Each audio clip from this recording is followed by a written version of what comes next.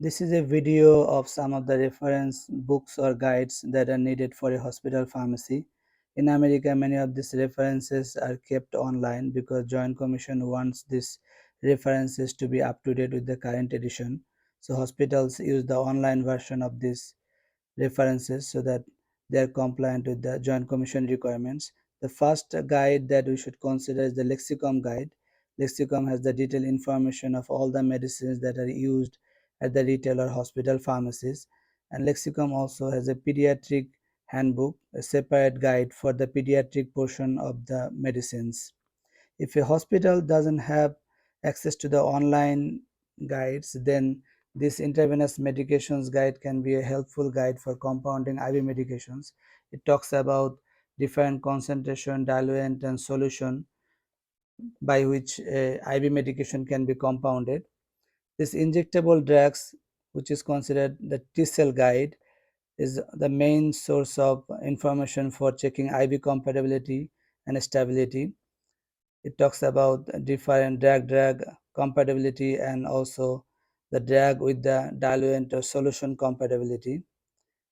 This extended stability of parenteral drugs, this guide talks about how long the maximum time a drug can be stored in different concentration, diluent or solution and container.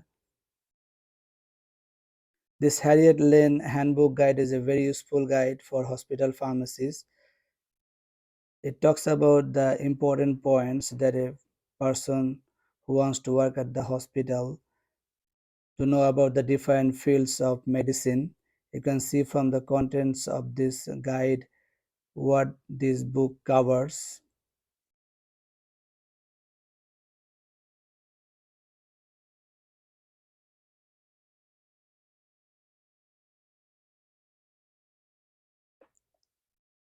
This book is considered like the bear guide because of the picture of the bear on the top. This is the injectable drugs guide for pediatric patients. It talks about all the concentration, dose, dilution for the pediatric patients.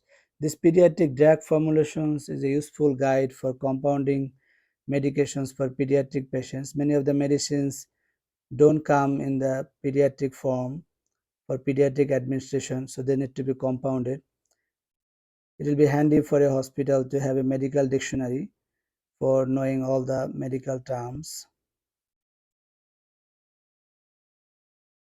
The Sanford Guide of Antimicrobial Therapy is considered one of the main sources for information about antimicrobial choice of antibiotics. This is considered the main book for that. The Antibiotic Essentials is another guide that can be used for that purpose for choice of antibiotics. It will be handy for a hospital to have some kind of cancer manuals to check the chemotherapy and chemo regimens.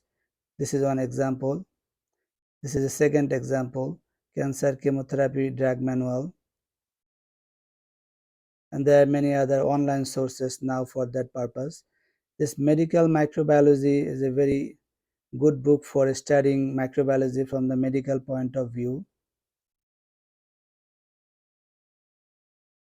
This Transcon Pocket Pharmacopoeia is a very old kind of book for pharmacists to have. Many of the pharmacists have it from the old time. Drugs in pregnancy and lactation is another useful source for checking if a medication will be safe to give to pregnant women or lactating mothers. Compounding sterile preparations, this guide talks about the USP 797 requirements for compounding IV medications.